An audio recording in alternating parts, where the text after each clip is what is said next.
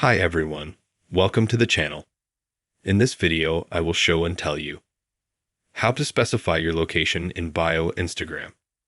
Please subscribe to the channel, put likes. Be sure to watch this video to the end. Let's get started. So there are a few ways to do this. And the first is to go to any browser on your phone or tablet. I go to Safari on my iPhone.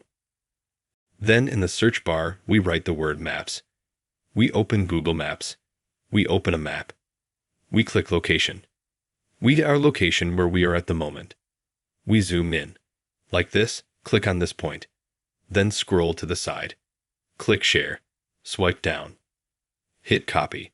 Then we go to Instagram. Go to your profile. Click Edit Profile. Here, click Links. Click Add External Link. But look, I already have a link here. Let me delete it.